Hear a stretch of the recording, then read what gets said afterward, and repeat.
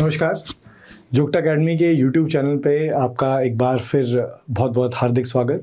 तो जैसे कि आप जानते हैं कि हम एक सीरीज़ चला रहे हैं यूट्यूब के माध्यम से, जो कि इकोनॉमिक सर्वे को हॉलिस्टिकली कॉम्प्रहेंसिवली आपके लिए कवर कर रहा है, जिसको हम कॉन्सेप्चुअल बेस्ड भी थोड़ा सा बना रहे हैं और MCQs के फॉर्म में भी बना रहे हैं, ताकि आपके लिए वो आगे आने वाले एग्ज़ाम्स के लिए प्रीलिम्स पॉइंट ऑफ व्यू से, मेंस पॉइंट ऑफ व्यू से रेलेवेंट रहे।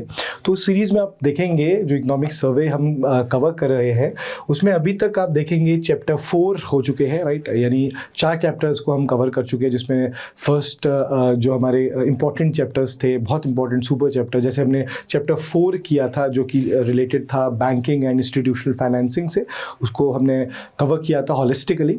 तो उसी सीरीज़ में आज मैं आपके लिए नेक्स्ट चैप्टर को रिव्यू या कंसाइजली प्रेजेंट करने वाला हूँ, जो कि जो कि आपका है price movement and food management. ये बहुत ही इम्पॉर्टेंट जो है आपका टॉपिक है, या बहुत ही इम्पॉर्टेंट चैप्टर है। इसमें कुछ चीज़ें हैं जो हम देखेंगे, राइट। बहुत बड़ा चैप्टर ये नहीं है, बट इसकी रेलेवेंस काफ़ी है। चलिए, तो इसको शुरू करने से पहले एक इन्फॉर्मेशन आपके लिए। तो जोगटा अकेडमी के तीनों सेंटर्स में, शिमला, चंडीगढ़ और धर्मशाला के सेंटर्स में नए बैचेस जो है वो फाउंडेशन कोर्सेज जो है वो रोल आउट होने वाले हैं, जिसकी डेट्स आप देख सकते हैं। शिमला में 15 मई से ये बैच रहने वाला है, फाउंडेशन कोर्स। वहीं पे चंडीगढ़ एंड धर्मशाला ब्रांच में ये 23 मई से रहने वाला है। तो जो एस्पिरेंट्स हैं वो कृपया अपनी सीट को इंश्योर करने के लिए जल्दी से जल्दी एनरोल करें। चलिए, तो आगे चलते हैं। अच्छा, अगर हम देखें नेक्स्ट, तो जैसे कि हम हर वीडियो में एक चीज़ कर रहे हैं, एक एफर्ट कर रहे हैं कि हम जो भी चैप्टर करते हैं उसको MCQs फॉर्म में भी हम थोड़ा सा देखने की कोशिश करें। तो अभी जो हमने चैप्टर हाल में किया था, कल जो हमने चैप्टर कवर किया था, जो लास्ट चैप्टर आपका था चैप्टर 4, उसके मैंने आपसे कुछ लास्ट में जाते जाते MCQs को सॉल्व करने के लिए कहा था। तो वो MCQs जो थे उनके आंसर्स आप ये देख सकते हैं, इसका स्क्रीनशॉट आप लेके, तो आप you can relate it with your answers, right. तो वो काफ़ी बड़ा चैप्टर था, इसलिए उसमें आपने देखा होगा 34 जो थे आपके क्वेश्चंस थे, उनके ये जो है आंसर की है। तो please go through this and okay. चलिए, तो शुरू करते हैं। आज का जो हमारा चैप्टर है बहुत ही इंपॉर्टेंट है, जिसका नाम है price movement and the food management. तो चैप्टर जो है वो है प्राइस मूवमेंट और फूड मैनेजमेंट। तो मैं आपको स्टार्टिंग में एक चीज़ कहना चाहूँगा कि बेसिकली इसमें होता क्या है, एक ओवरव्यू मैं आपको पहले ही दे दूँ, इससे पहले we go deep into this chapter. So what is the price movement? Price movement basically refers to the fluctuations in the price, right. जो प्रदेश में अलग अलग तरीके के गुड्स है, सर्विसेज है, उनके जो प्राइसेस पे कर रहे हैं हम, उसमें कितना फ्लक्चुएशंस है, कितने चेंजेस हमें देखने को मिले, वो हम कहाँ पे पढ़ते हैं, वो हम प्राइस मूवमेंट में देखते हैं कि वो प्राइस किस तरीके से मूव किया है। Okay, and then we have food management. So food management basically encompasses the strategies that is adopted by the state government, right, to ensure the adequate supply of food, right. तो food management में क्या पढ़ते हैं हम? Food management में हम देखते हैं जो स्ट्रैटेजीज है जो कि स्टेट गवर्नमेंट ने अडॉप्ट की है, राइट। क्या उन्होंने एफर्ट्स किए हैं जिससे जो फूड सिक्योरिटी है वो इंश्योर हो सके, फूड का डिस्ट्रीब्यूशन, प्रोक्यूरमेंट, राइट, वो सब इंश्योर हो सके, फूड की जो है एडिक्वेट सप्लाई रहे स्टेट में। उसके लिए क्या स्ट्रैटेजीज, क्या एफर्ट्स होते हैं स्टेट गवर्नमेंट के एंड से, वो हम देखेंगे फूड मैनेजमेंट में, राइट। तो कंबाइंडली ये है price movement and your food management. तो आगे चलते हैं। देखिए, सबसे पहले इसमें हम देखेंगे, हमें ग्लोबल इन्फ्लेशन के ट्रेंड्स देखने को मिलते हैं। ग्लोबल इन्फ्लेशन, देखिए, इन्फ्लेशन एक बहुत ही इंपॉर्टेंट पॉइंट है या कॉन्सेप्ट है, जो है महंगाई। इन्फ्लेशन मीन्स महंगाई। देखिए, महंगाई मीन्स, या देखिए अगर आप बहुत ही जनरल एक ओवरव्यू देखेंगे इन्फ्लेशन का, तो inflation basically means the price rise of the goods and services. जब भी आप वस्तुओं के, गुड्स, सर्विसेज, इनके प्राइस बढ़ते हुए देखेंगे तो आप समझ लीजिए कि वो इन्फ्लेशन है, ठीक। और अब देखिए, इन्फ्लेशन किसी भी देश के लिए बहुत इंपॉर्टेंट एक पैरामीटर होता है इकोनॉमिक ग्रोथ के लिए। आर्थिक व्यवस्था सही रखने के लिए हमें इन्फ्लेशन को ध्यान में रखना रखना बहुत ज़रूरी होता है। अब देखिए, इन्फ्लेशन पर से कोई बुरी चीज़ नहीं है। इन्फ्लेशन को हमें अगर हम देखें कंज्यूमर पॉइंट ऑफ व्यू से, अगर मैं कंज्यूमर हूँ, आप लोग कंज्यूमर है, तो अगर हम देखें इन्फ्लेशन, तो इन्फ्लेशन हमें हमेशा ही नेगेटिव लगेगी। हम हमेशा कहेंगे कि प्राइस राइज हो रहा है, we are not happy with this price, जो हम प्राइस पे कर रहे हैं गुड्स के, सर्विसेज के, फ्रूट्स, वेजिटेबल या जो भी हम रोज़मर्रा की चीज़ें लेते हैं, तो यानी प्राइस बढ़ रहा है। तो हम हमेशा से हम क्रिटिकल रहेंगे इन्फ्लेशन के लिए कि inflation is not good, inflation is something that is not good for consumers. But हमें इन्फ्लेशन को प्रोड्यूसर्स एंगल से भी देखना पड़ता है, इन्फ्लेशन प्रोड्यूसर एंगल से भी कंसिडर करनी पड़ती है, ठीक है। अब देखो, प्रोड्यूसर्स मीन्स कि अब जैसे कॉस्ट ऑफ प्रोडक्शन भी बढ़ रही है, तो जो प्राइस है उस पर फ़र्क उसका पड़ेगा। जो लागत है किसी भी चीज़ को प्रोड्यूस करने की, अगर वो बढ़ रही है तो उसका फ़र्क डेफिनेटली आगे आएगा किस पे, आपके जो फाइनल प्राइस है। तो प्राइस बढ़ेगा तो इन्फ्लेशन बढ़ेगी। तो देखिए, इसका क्या निष्कर्ष निकलता है, इसका क्या कंक्लूजन है? इसका ये कंक्लूजन है कि inflation is good but inflation should be controlled, right.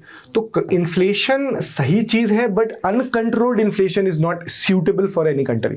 जो अनकंट्रोल्ड इन्फ्लेशन है वो किसी भी देश के लिए सही नहीं है, चाहे देश है चाहे प्रदेश है, राइट। तो इन्फ्लेशन को हम देखेंगे कि ग्लोबल ट्रेंड क्या रहा है। तो ग्लोबल ट्रेंड में देखेंगे आप कि ग्लोबल इन्फ्लेशन बढ़ी है 8.7% in 2022, driven by supply chain disruptions, geopolitical tensions, which comes down to 5.7% in 2024। अब अगर आप देखेंगे, क्योंकि कुछ इंपॉर्टेंट इवेंट्स थे 2021 में, 22 में, 20 में, तो वहां पे जिसमें आप देखेंगे कोविड था, रशिया यूक्रेन वॉर था, इस वजह से जो इन्फ्लेशन थी, मतलब हम पूरे दुनिया की इन्फ्लेशन के बारे में बात कर रहे हैं, तो वो बेसिकली काफ़ी ज़्यादा थी। वो 8.7% थी 2022 में।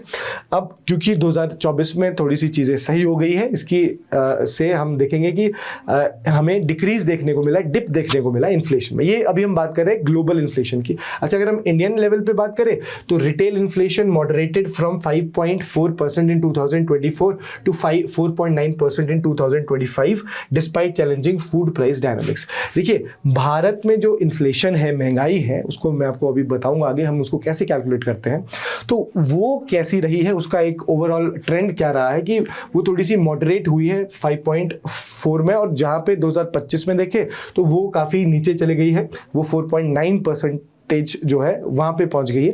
That is considered to be the controlled inflation, इसको हम कहेंगे कंट्रोल्ड इन्फ्लेशन। ओके, तो food items constitutes about 2/5 of the consumer price index. इसका मैं आपको आगे रेफरेंस दूंगा कि हम इसमें क्या कहना चाह रहे हैं।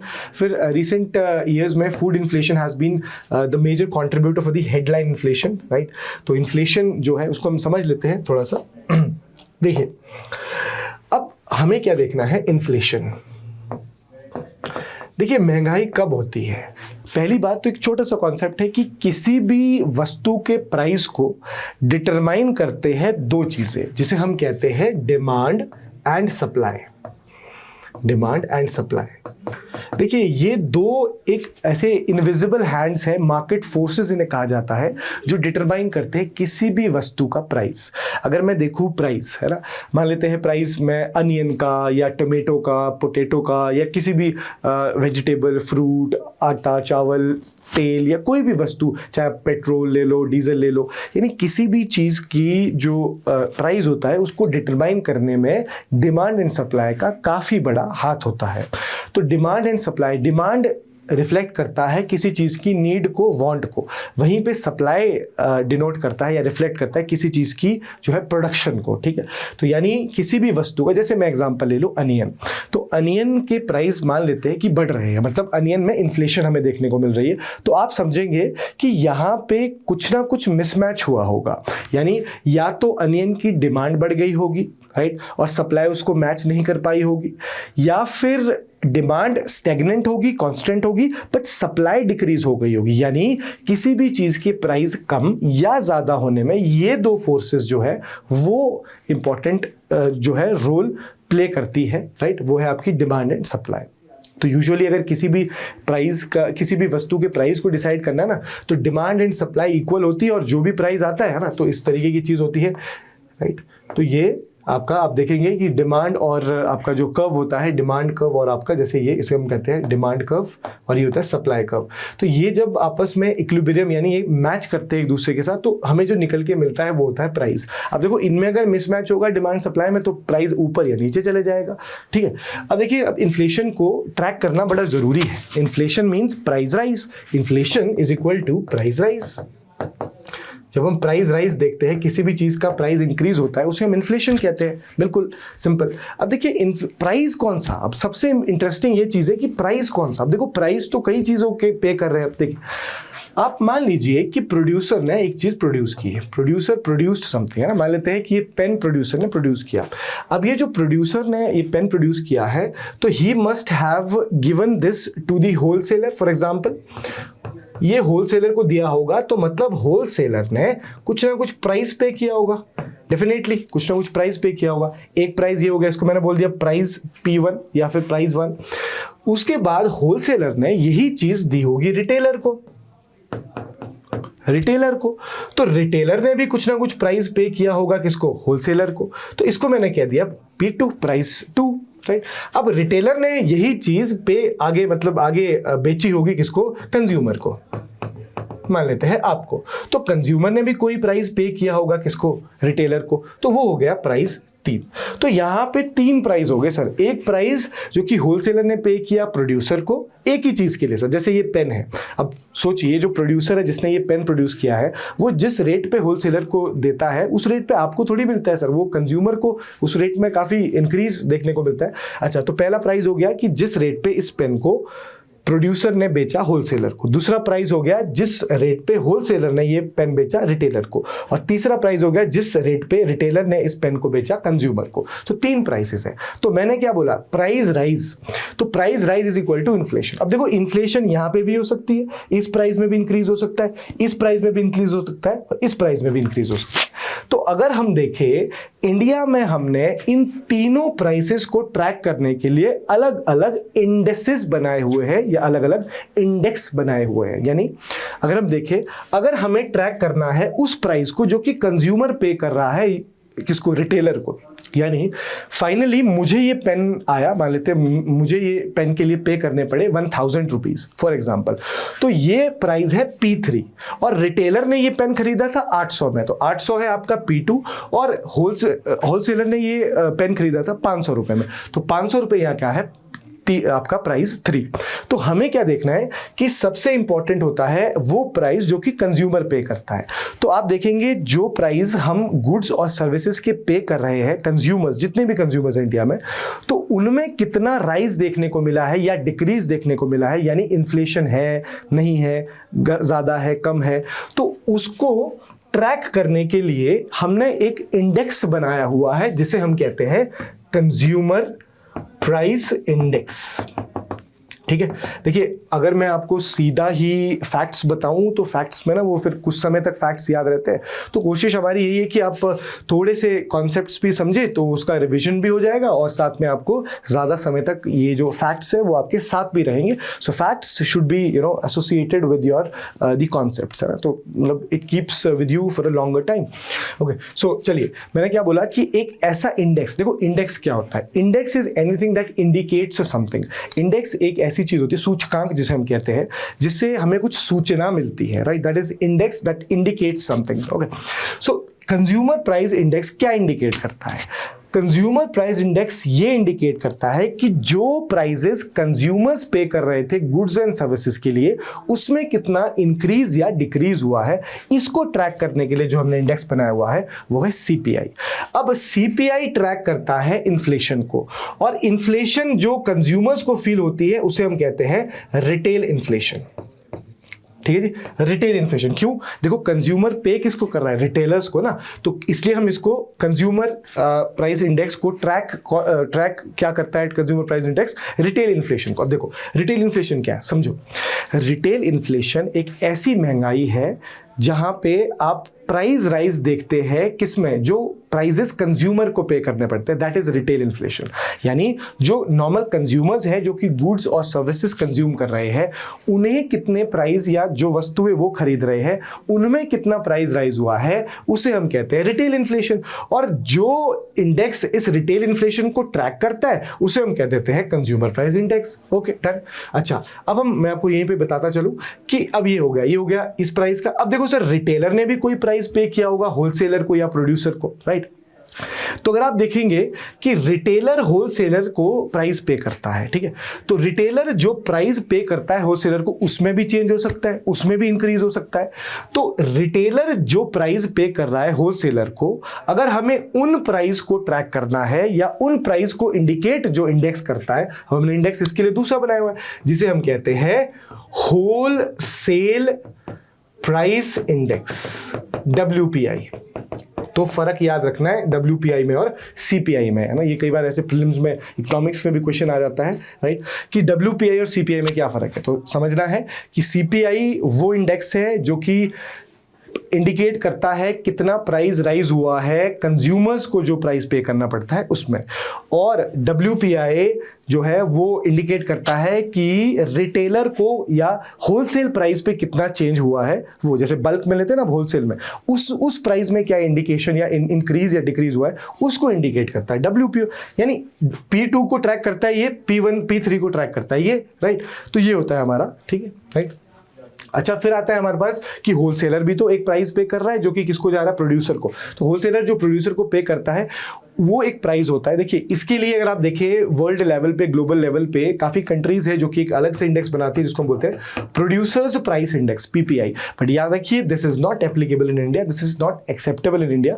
इंडिया में प्रोड्यूसर्स के लेवल पे, यानी होलसेलर्स ने क्या प्राइस पे किया प्रोड्यूसर से, उसको अभी ट्रैक करने के लिए कोई ऐसा मैकेनिज्म नहीं है।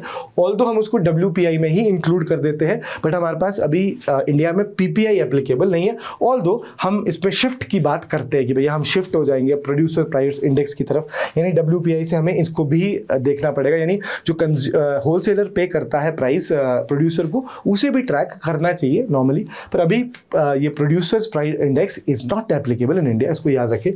तो दो मेन इंडेक्स है जो कि हमें अलग अलग प्राइस के चेंजेस को इंडिकेट करने को हेल्प करते हैं, ठीक है। अब चलते हैं पीछे। अब देखिए, दिस इज द पॉइंट। अब देखिए, अब आप अच्छे से समझ पाएंगे। तो मैंने क्या कहा था आपको कि इंडिया में रिटेल इन्फ्लेशन, यानी जो कंज्यूमर्स के लिए प्राइस इंक्रीज हुआ है, उसमें थोड़ा सा मॉडरेशन हुआ है, जो कि अभी स्टैंड कर रहा है लगभग 4.9% के बाद, that is good. Food items constitute about 2/5 of the आपका कंज्यूमर प्राइस इंडेक्स। तो जो कंज्यूमर प्राइस इंडेक्स होता है, अब देखो आप नॉर्मली कंज्यूमर प्राइस इंडेक्स किसको ट्रैक कर रहा है, जो प्राइस हम पे करते हैं, कौन, कंज्यूमर्स। और कंज्यूमर ज्यादातर जो है चीजें क्या कंज्यूम करते हैं, वो आपकी रहती है आपकी फूड आइटम्स, है ना। तो फूड आइटम्स जो होती है वो ज़्यादातर जो है वो कंज्यूम्ड होती है नॉर्मली कंज्यूमर्स द्वारा। तो इन रिसेंट ईयर्स आप देखेंगे food inflation has been major contributor to the headline inflation. देखो एक नया वर्ड आया है। देखिए क्या होता है ना सर, जो टोटल इन्फ्लेशन होती है उसे हम बोलते हैं हेडलाइन इन्फ्लेशन, ठीक है। यानी रिटेल इन्फ्लेशन को हम हेडलाइन इन्फ्लेशन भी बोल सकते हैं, आप ऐसे समझ सकते हैं कि जो हमने रिटेल इन्फ्लेशन देखा था वो क्या है, इसको हम हेडलाइन इन्फ्लेशन भी बोल देते हैं। तो हेडलाइन इन्फ्लेशन से जब मैं माइनस कर देता हूं price rise of food items and energy, यानी जो एनर्जी यानी इलेक्ट्रिसिटी ये सब, तो मुझे जो मिलती है वो होती है कोर इन्फ्लेशन। तो याद रखेंगे कोर इन्फ्लेशन क्या होती है। हेडलाइन इन्फ्लेशन मींस कि ओवरऑल कितने प्राइस राइज हुए हैं जो कंज्यूमर्स को पे करने पड़े हैं प्राइस, उसमें, यानी headline inflation is equal to retail inflation ना। बट हेडलाइन इन्फ्लेशन से अगर मैं माइनस कर दूं प्राइस किसके, फूड के जो आइटम्स है उनके प्राइस मतलब इंक्लूड ना करूं, एक्सक्लूड कर दूं, या फिर मैं एनर्जी प्राइसेस जो है उनको एक्सक्लूड कर दूं, तो जो मुझे इन्फ्लेशन मिलती है कोर। तो याद रखना है कोर इन्फ्लेशन में फूड प्राइसेस में कितने इंक्रीज हुए वो इंक्लूड नहीं होता है, बट एवरीथिंग इज इंक्लूडेड, चाहे वो फूड प्राइसेस के में बढ़ोतरी हुई है वो हम देखते हैं किसमें, हेडलाइन इन्फ्लेशन में। ओके, ठीक है जी। तो ये है। अब देखते हैं हम इंडिया की इन्फ्लेशन क्या है। तो देखिए इंडिया की हेडलाइन इन्फ्लेशन यानी जो टोटल इन्फ्लेशन है वो मेजर करता है, जैसे मैंने आपको बताया, यहाँ पे आप देख पा रहे हैं ये है आपका ये करता है, यानी headline inflation is equal to retail inflation is measured by the consumer price index. बस यही इन्फॉर्मेशन है यहाँ पे ये, ठीक है। तो वो मेंशन है कि कितनी है due to increase in core inflation. अब देखो कोर इन्फ्लेशन मैंने आपको बताया जिसमें फूड आइटम्स में प्राइसेस चेंज कितने हैं वो इंक्लूड नहीं होता, इसमें food items and energy is not included. Okay, sharp decline in core inflation was largely driven by core services inflation, which was lower than the core good inflation. Okay, ये point है। अच्छा, अगर हम generally देखें तो retail inflation can be attributed to the reduction of input prices, यानी जो आपके input cost है, cost of production है, उसमें जब decrease हो गया तो उसका फर्क price पे पड़ता है। बस यही point ये था आपका, ठीक है। तो ये था हमारा राइट। तो मार्च में अगर आप देखें तो जो है आपकी 2% to 6% है, राइट, ठीक है। अच्छा, एक चीज़ आपने याद भी रखनी है कि इन्फ्लेशन, मैंने आपको कहा कि inflation is something that is not bad but inflation should be controlled, है ना। इन्फ्लेशन थोड़ा सा कंट्रोल भी होना चाहिए, राइट। जैसे हम देखते हैं कि आरबीआई को जिम्मेवारी है कि इन्फ्लेशन को आप रखें 2 से 6% के आसपास। आइडियली तो वो 4% रहना चाहिए, बट यस 4% में -2 +2 हो सकता है, यानी इन्फ्लेशन रहे ये भी जरूरी है। इन्फ्लेशन कम हो जाए मतलब डिफ्लेशन की तरफ हम चल जाए, दैट इज नॉट गुड। यानी 2% अगर इन्फ्लेशन रहे तो वो दैट इज कंट्रोल्ड, ऑल्दो 6% तक रहे तो मतलब 2 to 6%, anything inflation between 2 to 6 is controlled inflation. यानी इतनी महंगाई दोनों के लिए सही है, दोनों कौन, कंज्यूमर्स के लिए भी प्रोड्यूसर्स के लिए। अगर इससे ऊपर जाती है तो मतलब that is not good specially for the consumers, है ना, फिर महंगाई ज़्यादा बढ़ जाएगी ना सर। तो ये ऐसा रेंज में रहता है आपका, ठीक। नेक्स्ट देखिए हम इन्फ्लेशन ट्रेंड्स क्या रहते हैं हिमाचल में। तो हिमाचल का अब आना है आपको, हिमाचल पे बहुत इंपॉर्टेंट, बस वही अंडरस्टैंडिंग जो हमने डेवलप की है उसके हिसाब से आप आगे चलेंगे। तो हिमाचल में अगर आप देखेंगे इन्फ्लेशन पिछला जो वित्तीय वर्ष था उससे पिछला, उसके कंपैरिजन में क्या रहा है, तो हिमाचल प्रदेश में जो इन्फ्लेशन थी वो रिलेटिवली स्टेबल रही है, मतलब बहुत ज़्यादा प्राइस फ्लक्चुएशंस या मूवमेंट हमें नहीं देखने को मिले थे। CPI सी इन्फ्लेशन, देखिए याद रखना है, जो आपका CPI होता है यानी जो कंज्यूमर प्राइस इंडेक्स होता है, कंज्यूमर प्राइस इंडेक्स, अब आप जानते हैं कि कंज्यूमर प्राइस इंडेक्स ऐसा इंडेक्स है जो कि ट्रैक करता है, मॉनिटर करता है प्राइस राइज को, कहाँ पे, जो कंज्यूमर्स को पे करने पड़ते हैं प्राइस राइज, यानी रिटेल इन्फ्लेशन या हेडलाइन इन्फ्लेशन को कंट्रोल करने वाला या फिर मेजर करने वाला जो इंडेक्स है, इंडिकेट करने वाला जो इंडेक्स है उसको हम CPI बोलते हैं। अब देखो CPI ना अलग अलग लेवल पे किया जाता है। CPI एक C होता है, CPI R होता है, CPI देखो CPI C का मतलब है कंबाइंड होता है, CPI रूरल होता है, CPI अर्बन होता है, CPI एग्रीकल्चरल लेबरर होता है, CPI रूरल लेबरर होता है और CPI आपका इंडस्ट्रियल वर्कर भी होता है, ठीक है। यानी अब देखो सर, क्योंकि कंज्यूमर अलग अलग है, ठीक है, तो कंज्यूमर जैसे इंडस्ट्रियल वर्कर्स अलग है, उनकी डिमांड्स अलग है, उनका खर्चा अलग गुड्स एंड सर्विसेज पे हो रहा है, वैसे ही रूरल लेबरर्स जो है उनका वो अलग कंज्यूमर्स है, वो अलग कैटेगरी के कंज्यूमर्स है, वैसे ही एग्रीकल्चरल लेबरर्स है अलग कैटेगरी के कंज्यूमर्स है। अर्बन एरिया में रहने वाले जो लोग हैं उनका खर्चा जिन चीज़ों पे होता है वो शायद ना हो किस पे, रूरल में, या रूरल एरिया में रहने वाले कंज्यूमर का जो खर्चा है वो खर्चा ना हो शायद किसका, CPI में, अर्बन एरियाज में। तो इसीलिए हम क्या करते हैं, अलग अलग कंज्यूमर्स को कैटेगराइज करते हुए अलग अलग कंज्यूमर्स के लिए हम CPI निकालते हैं। ऑल्दो हम एक कंबाइंड CPI निकालते हैं जो कि ओवरऑल कंज्यूमर्स को लेता है irrespective of they being rural, urban, agriculture, labour, यानी ये है कंबाइंड, जिसे हम बोलते हैं CPI ऑल इंडिया भी या फिर CPI कंबाइंड, जिसमें चाहे रूरल व्यक्ति हो, अर्बन व्यक्ति हो, चाहे वो कहीं भी रहता है, ये कॉमन एक CPI है। बाकी हम ये निकालते हैं according to the categories of these consumers, ठीक है जी। तो याद रखना है सबसे पहली चीज दैट हु मीन्स कि कौन निकालता है इसको, और इसके लिए हमने बेस ईयर भी रखा। बस ये इंफॉर्मेशन आपको याद रखनी बहुत इंपॉर्टेंट है। देखिए CPI C निकालता है NSO, नेशनल स्टैटिस्टिकल ऑफिस, आप जानते होंगे नेशनल स्टैटिस्टिकल ऑफिस आता है ministry of statistics and programme implementation, MOSPI के अंडर। तो NSO एक बहुत इंपॉर्टेंट ऑफिस है, नेशनल स्टैटिस्टिकल ऑफिस, ठीक। तो NSO कैलकुलेट करता है CPI कंबाइंड को, रूरल को भी NSO करता है, अर्बन को भी NSO करता है, और इन तीनों के लिए हमने बेस ईयर रखा हुआ है 2011-12 या नॉर्मली हम बोल देते हैं 2012। यानी देखो मैं आपसे बोलूं कि आज अर्बन कंज्यूमर्स के लिए महंगाई है कि नहीं है, तो आप बोलेंगे कि पहले मैं जो अर्बन कंज्यूमर्स हैं उनको जो है कुछ वस्तुएं जो वो खरीदते थे 2011-12 में, पहले मैं वो निकालूंगा और फिर कंपेयर करूंगा आज, फिर मैं बोलूंगा कि कितना परसेंटेज चेंज हुआ है, फिर मैं कहूंगा कि कितनी इन्फ्लेशन। यानी अगर आपको किसी चीज़ को कंपेयर करना है, अगर मैं कहूँ कि आज जो इन्फ्लेशन एग्जिस्ट करती है इंडिया में वो सही है कि गलत है, वो हमारे लिए सूटेबल है कि it is not suitable, controlled है कि अनकंट्रोल्ड है, तो मुझे पहले आज की इन्फ्लेशन को किसी पिछले ईयर के साथ कंपेयर तो करना पड़ेगा ना। मतलब I need to have a reference point. अगर मेरे पास रेफरेंस पॉइंट है ना तो ही मैं कंपेयर कर पाऊंगा। तो रेफरेंस पॉइंट हम इन 3 सीपीआई को कैलकुलेट करने के लिए लेते हैं 2011-12। तो मुझे अगर आज जैसे मुझे आज का सीपीआई कंबाइंड निकालना है, तो मुझे सीपीआई कंबाइंड आज का निकालने के लिए पहले सीपीआई कंबाइंड देखना पड़ेगा 2011-12 में, बेस ईयर जो था, फिर मैं आज का भी सीपीआई निकाल दूंगा और जितना परसेंटेज इंक्रीज होगा वो इंडिकेट हो जाएगा, वो इन्फ्लेशन होगा। ठीक है, अच्छा बाकी हम देखिए सीपीआई एग्रीकल्चर लेबरर्स के लिए और आपके रूरल लेबरर्स के लिए, तो आप देखेंगे इन तीनों को निकालता है, इन तीनों को ही लेबर ब्यूरो, जो मिनिस्ट्री ऑफ लेबर है, लेबर एंड एम्प्लॉयमेंट, तो उसमें लेबर ब्यूरो जो है वो इनको निकालता है। अगर हम बेस ईयर की बात करें तो याद रखेंगे एग्रीकल्चर लेबरर के लिए बेस ईयर होता है 1986-87, रूरल लेबरर के लिए 86-87 सेम, और इंडस्ट्रियल वर्कर के लिए बेस ईयर हमने लिया हुआ है 2016। ठीक है, तो ये बेस ईयर भी आपने याद रखना कौन कैलकुलेट करता है।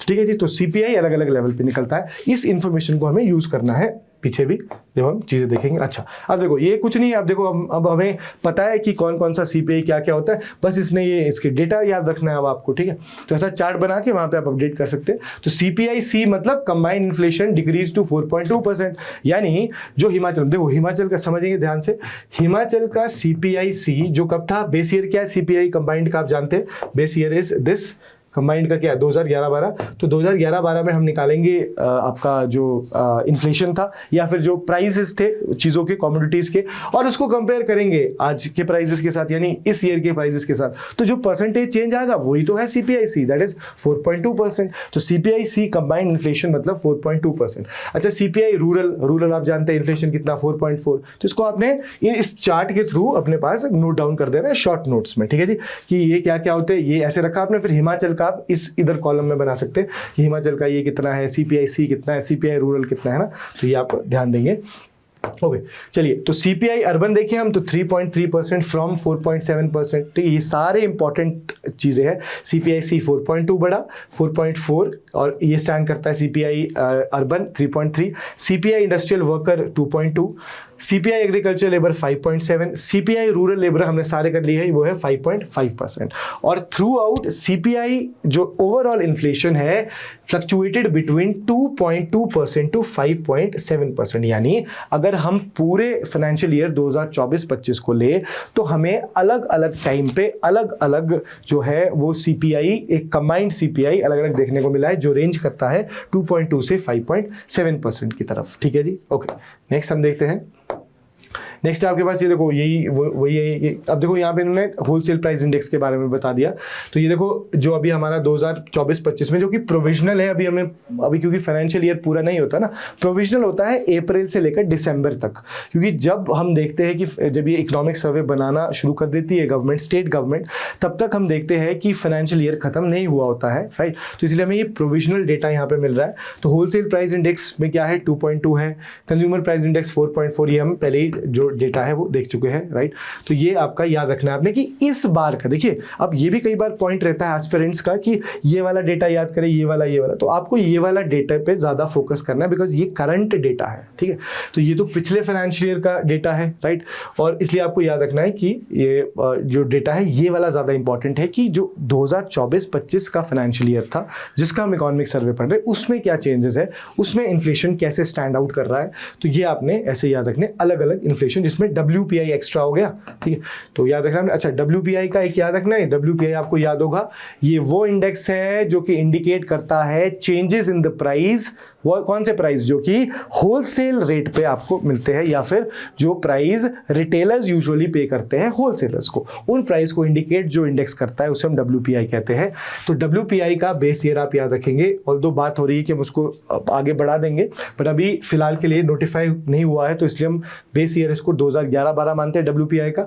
और WPI को कैलकुलेट करता है, जैसे आप जानते हैं कि ये CPI की कैलकुलेशन, वैसे ही आपने याद रखना है WPI को कैलकुलेट करता है ministry of commerce and industry में अगर आप देखें economic adviser, office of economic adviser, ठीक है जी। जो आपका देखिए जो मिनिस्ट्री ऑफ कॉमर्स है ना, जैसे ये है आपकी, मान लेते हैं मिनिस्ट्री ऑफ कॉमर्स।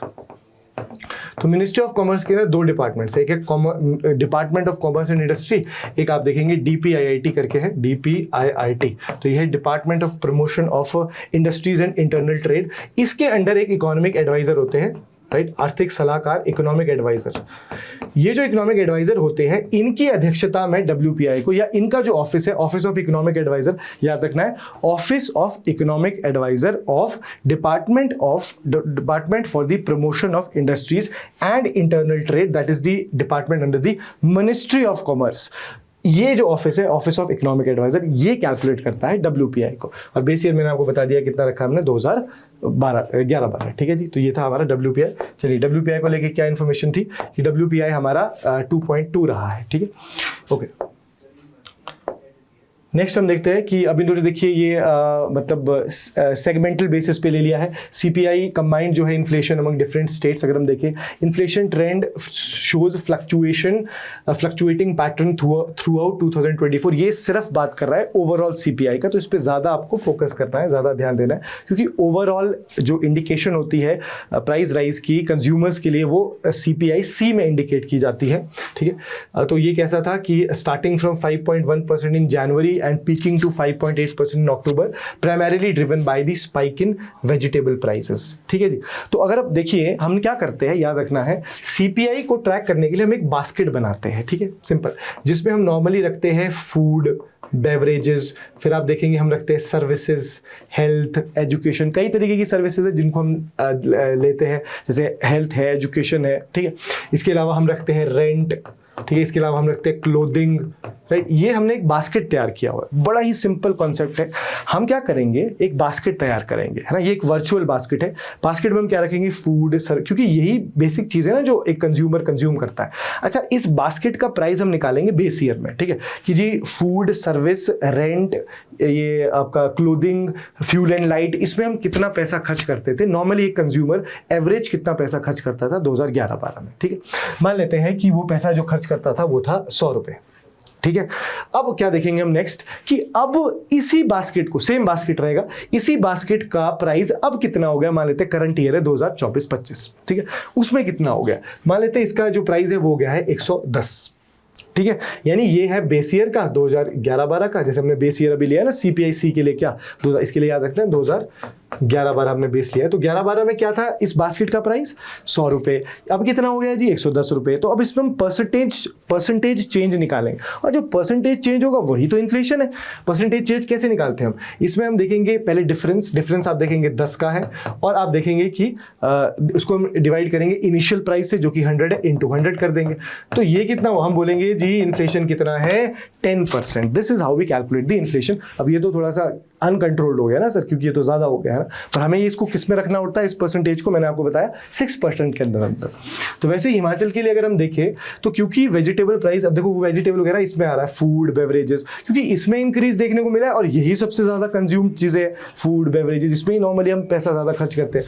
तो इसीलिए हमें क्या है कि वो स्पाइक देखने को मिला, यानी इस फॉर्मूले से जैसे हमारा 10% आया ना, तो इसी फॉर्मूले से बास्केट में, क्योंकि वेजिटेबल्स का जो प्राइस है वो बड़ा था और बास्केट में वेजिटेबल्स का काफ़ी रेलेवेंस होता है, इसलिए आप देखेंगे 5.8% भी अक्टूबर तक हमारा जो था इन्फ्लेशन पहुंच गया था। अच्छा, फिर हम देखें CPI inflation 4.9 which was relatively moderate, right, from 8.8% to right, ठीक है जी। तो अदर स्टेट्स में अगर देखें हम तो उसमें इस तरीके से रहा था, पर हमें हिमाचल का याद रखना है, ठीक है।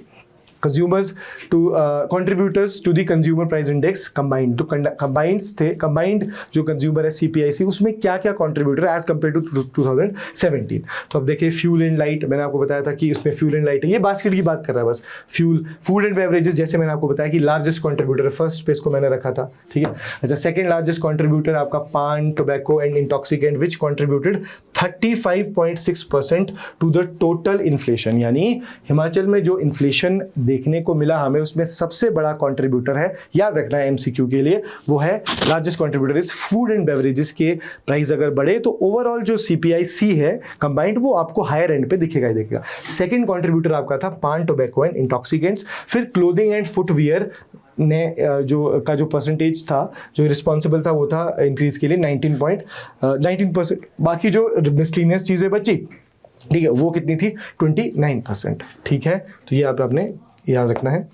नेक्स्ट अगर हम देखें इंडस्ट्रियल वर्कर्स के लिए, जैसे मैंने आपको बताया कि 2016 इंडस्ट्रियल वर्कर के लिए बेस ईयर है, तो अगर हम देखें कि जो इंडस्ट्रियल वर्कर्स है जो नॉर्मली काम करते हैं इंडस्ट्रियल एरियाज़ में, उनके जो प्राइस राइज हुए उसको जो ट्रैक करता है वो होता है आपका CPI-IW। ओके, फिर हम देखिए WPI बहुत इंपॉर्टेंट है हिमाचल के पॉइंट ऑफ व्यू से। क्यों? अब देखो, WPI department of economic and statics of HP, जो कि इकोनॉमिक सर्वे भी कंपाइल करता है, collects compiles and analyses the data on 160 commodities throughout the network of district statistical offices. देखो NSO के अंदर आते हैं district state statistical offices and then district statistical offices every Friday of each month. यानी देखो WPI कैसे, wholesale price index क्या indicate कर रहा है, यानी होलसेल में जो चीज़ें आप लेते हैं बल्क में, यानी जो रिटेलर्स यूजुअली चीज़ें खरीदते हैं होलसेलर्स से, उसमें कुछ आइटम्स, बहुत सारी चीज़ें उसमें हमने कुछ आइटम्स रखी हुई है, यानी जैसे हमने CPI के लिए बास्केट रखा है ना,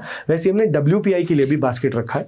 ठीक है, तो उसमें हम नॉर्मली 160 कमोडिटीज़ को हिमाचल में ट्रैक करते हैं। ठीक है, उसको हम ये district statistical officer every Friday compile करता है, कलेक्ट करता है और उसमें इंक्रीज जो होता है उसको इंडिकेट करता है। ठीक, अब देखो monthly wholesale price index at national level for the state increased from 154, ये है उसका इंक्रीज कितना हुआ है इन जनवरी फ्रॉम 151 टू, ये ना पॉइंट्स होते हैं WPI में ना, ये पॉइंट्स है। अब इनको पॉइंट्स को हम परसेंटेज में जब इंक्लूड करते हैं तो वो रहता है 2.31। तो याद रखना है WPI 2.34% याद रखना है। बाकी वो जो चार्ट आपने किया था वो बहुत इंपॉर्टेंट था। अच्छा, नेक्स्ट हम देखें WPI इन्फ्लेशन अप्रैल से दिसंबर 2023 के बीच कंपैरिजन पॉइंट ऑफ व्यू से, तो वो आपका देखेंगे कि नेगेटिव रहा है, रेंजिंग फ्रॉम 4.2 टू 4.8%, यानी कभी नेगेटिव कभी पॉजिटिव। नेगेटिव इन्फ्लेशन हम उसे कहते हैं। अगर हम देखें दिसंबर से, यानी इसने WPI को स्प्लिट कर दिया है अलग अलग रेंजेस में, तो WPI inflation from January to December is 2024, WPI inflation range from 0 to 3.4% जनवरी 2024 तक। तो अब देखेंगे volatility in essential commodity prices. अब देखेंगे आप certain commodities including onion, urad dal, kerosene, gur, sugar packet, tea loose, Brooke Bond and sugar experience stable prices during April to December 2024। अब देखिए एक छोटा सा मैं आपको इसमें चीज़ बता दूं कि एसेंशियल कमोडिटीज़ वो चीज़ें होती है जिनको हम एसेंशियल कमोडिटीज़ एक्ट 1955 में ऐड करवाते हैं इस पर्टिकुलर एक्ट में। अब देखो कोई चीज़, कोई वस्तु आपने याद रखना है हमेशा के लिए कि कोई वस्तु एक बार एसेंशियल कमोडिटीज़ एक्ट में एंटर हो जाए ना, तो उसका प्रोडक्शन, उसका डिस्ट्रीब्यूशन, उसका प्राइस गवर्नमेंट कंट्रोल कर सकता है, नहीं तो otherwise demand and supply control करते हैं, ये गवर्नमेंट के कंट्रोल में आ जाते हैं। तो उसमें हम ये चीज़ें देख पा रहे हैं कि ये चीज़ें हमने इंक्लूड की थी। ठीक है, राइट, ओके। इसकी वॉलेटिलिटी गवर्नमेंट आराम से ठीक कर सकता है, क्योंकि देखो ना सर, समझना है आपको, मान लेते हैं अनियन का प्राइस बढ़ रहा है, ध्यान से समझेंगे एसेंशियल कमोडिटीज वाला पार्ट। अनियन का प्राइस बढ़ा, अनियन का प्राइस अगर बढ़ता है, बढ़ते ही जा रहा है, ठीक है, तो वैसे तो गवर्नमेंट कुछ नहीं बोलेगा क्योंकि वो डिमांड एंड सप्लाई खुद एडजस्ट करते रहेंगे अनियन के प्राइस को। अनियन क्योंकि एक एसेंशियल कमोडिटी है, अनियन क्योंकि एसेंशियल कमोडिटीज एक्ट के अंडर रजिस्टर्ड है या एडेड है, तो अगर अनियन का प्राइस एक लिमिटेशन के ऊपर चले जाए तो उसमें प्राइस वॉलेटिलिटी इंश्योर कर सकता है गवर्नमेंट, क्योंकि वो एसेंशियल कमोडिटीज एक्ट में आता है। ठीक, ये आप याद रखेंगे। ओके, अब हम देखेंगे ये दूसरा पार्ट है, ये यहाँ से शुरू होता है आपका फूड मैनेजमेंट। आप जानते हैं चैप्टर का नाम है प्राइस मूवमेंट। हमने देखा प्राइस कितने चेंज हुए, कंज्यूमर वाले प्राइस, होलसेल वाले प्राइस, वो हमने सारा पार्ट देख लिया। अब यहाँ से आगे हम देख रहे हैं जो हमारे चैप्टर का सेकंड सेगमेंट है वो है फूड मैनेजमेंट। फूड मैनेजमेंट जैसे कि मैंने आपको बताया कि इसमें इंक्लूडेड होती है the strategies adopted by the government, right, जहाँ से गवर्नमेंट जो है एक सप्लाई चेन ऑफ फूड और एक एडिक्वेट सप्लाई ऑफ फूड को इंश्योर करता है। ठीक है, तो उसमें अगर हम देखें सबसे इंपॉर्टेंट चीज क्या होती है आज की डेट में, अगर आप देखें किसी भी प्रदेश में या देश में ओवरऑल अगर फूड सिक्योरिटी को या फूड मैनेजमेंट को इंश्योर करना है तो बहुत सारे जो है गवर्नमेंट के इनिशिएटिव्स है, जिसमें से सबसे ऊपर जो स्टैंड अलोन होता है वो होता है आपका TPDS, that is targeted public distribution system. तो आप जानते हैं PDS में जो है जो पब्लिक डिस्ट्रीब्यूशन सिस्टम है उसमें जो है नॉमिनल रेट्स पे, कंसेशनल रेट्स पे जो है फूड ग्रेन्स मुहैया करवाए जाते हैं, जो है हमारे कुछ बेनिफिशरीज होते हैं above poverty line, below poverty line. तो पर TPDS था, TPDS बेसिकली 1997 में आया था, PDS आया था आपका लगभग 1967-68 में। तो ये TPDS था टारगेट बेस्ड, क्योंकि देखो PDS में बेसिकली कुछ लीकेजेस थी। लीकेजेस मींस कि घोस्ट बेनिफिशरीज जो होते हैं, घोस्ट बेनिफिशरीज मतलब जो सर बोगस आपके राशन कार्ड बना देंगे और उनको वो राशन मिल जाता है, इसलिए हमने TPDS लाया था, यानी टारगेटेड बेस्ड अप्रोच पे। तो देखेंगे आप TPDS का ऑब्जेक्टिव आपने देखा, अफोर्डेबल प्राइसेस पे आपको पुअर लोगों को जो है ये फूड ग्रेन्स या असेंशियल कमोडिटीज को मुहैया करवाना है, ठीक है। अब अगर आप इसमें देखें, अब देखो इसमें से हमारे लिए इंपॉर्टेंट क्या है कि अगर हम देखें हिमाचल में जो फेयर प्राइस शॉप्स है, यानी जो पब्लिक डिस्ट्रीब्यूशन सिस्टम के अंदर जो सोसाइटी जो होती है या जिसे हम कहते हैं फेयर प्राइस शॉप्स, उसका नंबर कितना है 5330, बहुत इंपॉर्टेंट प्रीलिम्स के लिए, ठीक है। अच्छा, फिर ये बेसिक इन्फॉर्मेशन है इसके बारे में। अगर हम देखें कि ये जो नेशनल फूड सिक्योरिटी एक्ट है 2023 का, जिसने आपको जैसे मान लेते हैं मैं बेनिफिशरी हूँ, मैं बिलो पॉवर्टी लाइन हूँ, मैं एक बेनिफिशरी हूँ under this public distribution system, तो अब ये मेरा लीगल राइट बना दिया था किसने, नेशनल फूड सिक्योरिटी एक्ट, जिसको इन्वोक करवाने के लिए मैं कोर्ट भी जा सकता हूँ। तो NFS से बहुत इंपॉर्टेंट एक्ट है। अब देखो क्या इंपॉर्टेंट है कि 31 दिसंबर 2024 तक 5330 फेयर प्राइस शॉप्स थी, बहुत इंपॉर्टेंट प्रीलिम्स के लिए, याद रखेंगे।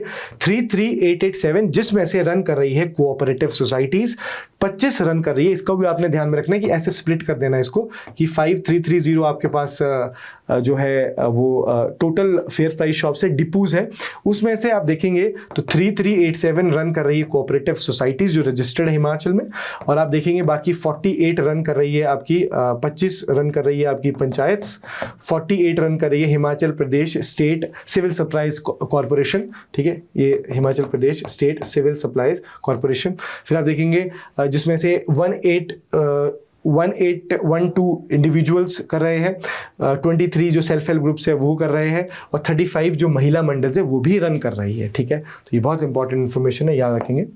ओके, नेक्स्ट अगर हम देखें तो हम नेक्स्ट जो इंपॉर्टेंट रोल प्ले किया जाता है for the adequate supply of food, right, यानी जो सप्लाई है फूड की वो दुरुस्त रहे, वो सही से चलती रहे हिमाचल में, उसके लिए एक तो मेजर काम क्या है कि भैया हमने पढ़ा कि जो आपका TPDS है उसको कैसे FPS यानी फेयर प्राइस शॉप्स के थ्रू एप्लीकेबल किया जाता है।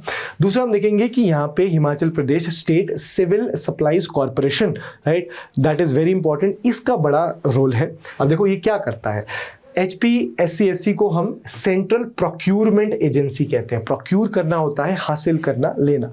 अब जो भी चीज़ें हैं यहाँ पे, जैसे आप देखते हैं MSP मिनिमम सपोर्ट प्राइस, तो जो किसान हैं उनसे वीट MSP पे, राइस लेना, ये जो बाकी फूड क्रॉप्स हैं उनको MSP पे प्रोक्यूर करना, एक्वायर करना, वो सारा काम स्टेट लेवल पे Himachal Pradesh state civil supplies corporation करता है। बहुत सारे काम हैं इनके, आप देखेंगे।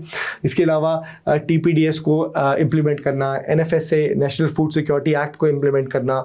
इसके अलावा देखेंगे आपकी कॉरपोरेशन, देखो बहुत सारी ऐसी कमोडिटीज है जिनको नॉमिनल प्राइस पे लोगों को प्रोवाइड करवा रहा है। जैसे आप क्या देखते हैं, जिसमें देखिए, जिसमें फूड ग्रेन्स तो है ही है, साथ में edible oil, cooking gas, diesel, petrol, kerosene, medicine है ना। और ये जो नेटवर्क है इसको कैसे इंश्योर करता है, देखो ये बहुत इंपॉर्टेंट पॉइंट होता है। 121 होलसेल गोडाउन्स है, देखो प्रोक्यूर तो कर लेता है जो हमारा सिविल सप्लाईज कॉर्पोरेशन, बट उसको हमें फैसिलिटीज चाहिए जहाँ पे आप उसको स्टोर कर सको। तो 121 गोडाउन है, 47 रिटेल शॉप्स है, 54 गैस एजेंसीज है जो कि सिविल सप्लाईज कॉर्पोरेशन में आती है, 5 पेट्रोल पंप्स भी है जो सिविल सप्लाई कॉर्पोरेशन के हैं। ये पूरा नेटवर्क है सिविल सप्लाई कॉर्पोरेशन का पूरे हिमाचल में। 41 मेडिसिन शॉप्स भी है आपकी, ठीक है। अच्छा, इसके अलावा वो मिड डे मील में जो है ये राशन देना या फिर फूड क्रॉप्स को मुहैया करवाना, जो बाकी रिक्वायरमेंट्स है उसको देना, ये भी ये काम करता है, ठीक है। तो गवर्नमेंट सप्लाईज में आप देखेंगे कि CI पाइप्स, ये भी याद रखेंगे, CI पाइप्स देना, जो पाइपलाइंस बिछाने के लिए जो पाइप्स की ज़रूरत होती है ना, जो हमारी CI पाइप जो होती है उनको रखना। और दूसरा आप देखेंगे सीमेंट मुहैया करवाना और आयुर्वेदिक मेडिसिन देना। ये सारा ओवरऑल काम है स्टेट सिविल सप्लाई कॉरपोरेशन, जो कि एक कॉम्प्रिहेंसिव काम करता है। ओके, अगर हम देखें food security in tribal and inaccessible areas of the state, अब क्योंकि आपको पता है हिमाचल में दूर दराज के क्षेत्र भी है, वहाँ तक एडिक्वेट सप्लाई पहुंचाना, ये भी आप देखेंगे कि कॉरपोरेशन इसके लिए भी रिस्पॉन्सिबल होता है। सिविल सप्लाईज कॉरपोरेशन की ही हम बात कर रहे हैं, मतलब आप देखेंगे कि मल्टी फेसेटेड रोल प्ले करता है यहाँ पे सिविल सप्लाईज कॉरपोरेशन। तो जैसे LPG मुहैया करवाना, गैस, कैरोसिन ऑयल, जो कि बहुत स्टेपल चीज़ मानी जाती है ट्राइबल एरियाज़ में, वो देना, वो भी सब कुछ यही करता है। जैसे फिर आप देखेंगे ये Atal institution of medicine and this super speciality जो चमियाना में खुला है, AIMSS के नाम से, सुपर स्पेशलिटी जो आपके इंस्टीट्यूशन है, राइट। तो Atal institution of medicine super speciality जो आपका है चमियाना में, तो वहाँ पे मेडिसिन शॉप ऑपरेटेड ना, जो ऑपरेट कर रहा है हमारा ये सिविल सप्लाई जो कॉरपोरेशन है, ठीक है। तो बाकी 12 एडिशनल मेडिसिन शॉप्स खोलने का बात किया गया है, ठीक है। बाकी हम देखें wheat, pedi and wheat procurement, क्योंकि जो मेन फूड क्रॉप्स है हिमाचल में जो प्रोड्यूस होती है उसमें है पेडी और वीट है, राइस और वीट है, उसकी जो आप देखेंगे उसको अगर हम प्रोक्यूर करने की बात करें, ताकि देखो प्रोक्यूर करना ज़रूरी होता है क्योंकि MSP पे उसको प्रोक्यूर स्टेट गवर्नमेंट्स करती है, और साथ में उसको फिर फेयर प्राइस शॉप्स में PDS के थ्रू भी डिस्ट्रीब्यूट करना होता है। इसलिए procurement is a key thing here, and that is basically done by the central procurement agency of the state, that is Himachal Pradesh civil supplies corporation. Okay, तो ये point है आपका। बाकी मेज़ प्रोक्यूरमेंट वो भी की जाती है, ठीक है जी।